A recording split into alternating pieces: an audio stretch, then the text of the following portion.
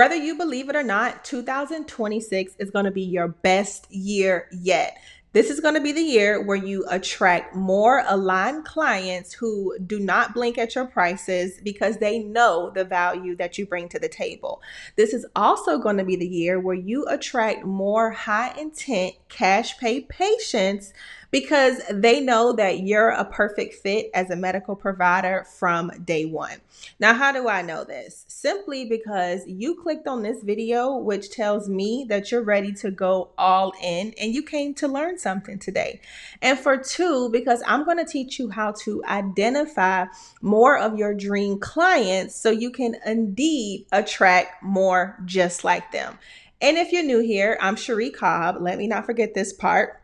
I'm Cherie Cobb, owner of Cherie Cobb Creative, a concierge marketing and growth company, and I help medical providers just like you use storytelling, systems, and strategy to attract more of your ideal clients. And that's what we're going to be talking about in today's video. So make sure you take notes, subscribe if you learn anything, and share this video with more of your medical professional friends.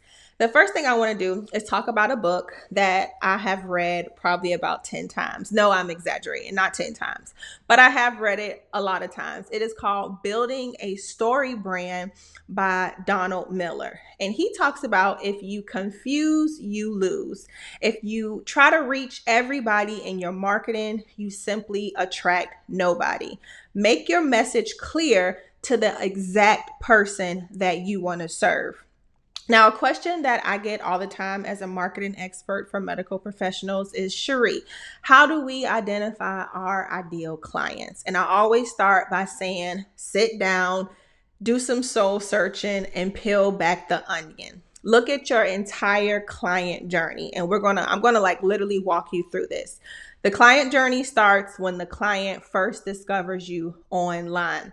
Now they pick up the phone and they make a phone call. Ask yourself these questions along the way, and this will help you simply identify your ideal client using situations, scenarios, innuendos, and all the things that stick out that you want to speak to within your marketing so you can reach more of them. Because I do believe this. What you put out there, you will simply attract more of it. And I'm going to also show you later on in this video some examples of how I am very specific within my own content to help me reach more of my ideal clients. So first, think about your client journey as a whole. When the patient first calls your office, are they nice to your receptionist or were they slightly rude? Did they confirm their appointment? And I know you're probably saying, well, stuff like that doesn't matter. But yes, it does matter. And the reason why it matters is because people will always finish how they start. So if they start off being tacky and rude and late and unprofessional and unhinged, I just love that word, then that's probably how they're going to be throughout your entire relationship. So yes, things like that, it does matter. Were they nice to your receptionist? Did they confirm their appointment? Were they on time for their appointment? How did they conduct themselves in the lobby whenever you did pull them back for a consultation? Did they start off by telling you that Dr. So-and-so offers $5 less on her units of Botox? Or did she just take your advice? Because you do have those clients that will come in. I'm sure you have all witnessed these types of clients. They'll come in and they'll tell you that the doctor down the street, they offer $100 less. They offer $500 less or whatever the case may be. Well, you know what? You simply tell them, okay, well, go down the road to the doctor down the street because here you have to value my time and expertise. And again, those are red flags that a lot of you witness up front, but you simply ignore them because you really want to serve that client. You really want to get them in the door. And I will stand on this hill that your services and your treatments are not for every client that walks through your doors and swipes their Amex, okay? You want to be super selective, and you also want to identify these red flags early on and make a good decision that will not only save you a headache down the line, but it will also save things like your reputation, because most of the time these clients will go online and blast you simply because something just didn't go their way. So again, back to the client journey. How are they conducting themselves during the consultation? Are they taking your advice, or are they trying to build their own treatment plan? They tell you that their goal is to look like this, X, Y, and Z. They want to reach these results. And then you, as the expert, you come in and you say, okay, well, here's the treatment plan for you. And now, because they want to stay within budget, which is nothing wrong with that, they want to start peeling back stuff, or they want to say, well, no, I don't need this. I think I need this, yada, yada, red flag. So think about that, because that will indeed help you identify your ideal client. Now, were they compliant? Did they follow through with pre-op and post-op instructions, right? You want to identify things like this throughout the entire client journey. And the thing about medical aesthetics, the client journey is never complete, right? Because at the end of the day, the goal, you want them to come back for more treatments, and you want them to tell their friends and their family members about you. So the client journey really never ends. But all of these little steps along the way, this will help you identify, okay, is this a client for me? Is this the type of client that I want to continue to serve? Did they come back for the follow-up appointment? Now, once you ask yourself all of these questions and you figure this out and you're able to identify an ideal client, then you want to ask yourself, okay, what are the characteristics that make up this ideal client? What are the behaviors that make up this ideal client? Then you use those words and those identifiers in your marketing. Now, I'll give you an example. So say, for instance, you live in Aspen, Colorado. You are a treat-in provider in Aspen, Colorado. And you know that your ideal client is a mom of 3 that goes to yoga on the weekdays. Say that in your marketing. You're a mom of 3 who never misses her yoga session, and you're in need of a new medical spa that doesn't feel like a doctor's office, but feels like a luxury experience. And I know you're probably looking at me like I have 10 heads right now, but I'm telling you, the specifics and the identifiers, those work tremendously when it comes to calling out your ideal clients. Now, I want to show you one that I did, and I'm like super duper proud of because I just love it so much. Now, and here's the thing. The reason why you want to be specific in your marketing, and I know you're probably saying something like, well, I don't want to, like, I want to attract my ideal client, but I don't want to isolate anybody. Well, there's another book by Russell Brunson, and it's called Expert Secrets. And he says you attract the right people by being unapologetically specific. So yes, be specific in your marketing. Use identifiers, use situations, use innuendos, use scenarios that your ideal clients will relate to. And what happens is, for 2 things that will happen. The first thing is, everybody who doesn't fit those scenarios, they will deselect themselves. And another thing that will happen is, everybody who does fit, they will self-identify to whatever message you're putting out there, right? So this is one that I did. And I said, waiting for all the multi-talented doctors who want to keep their insurance patients and add high-demand aesthetic services on the side to find my account. So this video right here is simply relating to medical providers who accept insurance patients, but now they want to invite cash pay aesthetic services into their practices. That is my ideal client. Those are the people that I'm speaking to. Those are the types of clients, the medical doctors that I love working with, a nurse practitioner, family medicine, medical derms, usually plastic surgeons. They already have a slew of cash pay clients, but you get my drift here. Another one that I'm literally, I know you can't see this, but I'm literally just like sitting down in a coffee shop.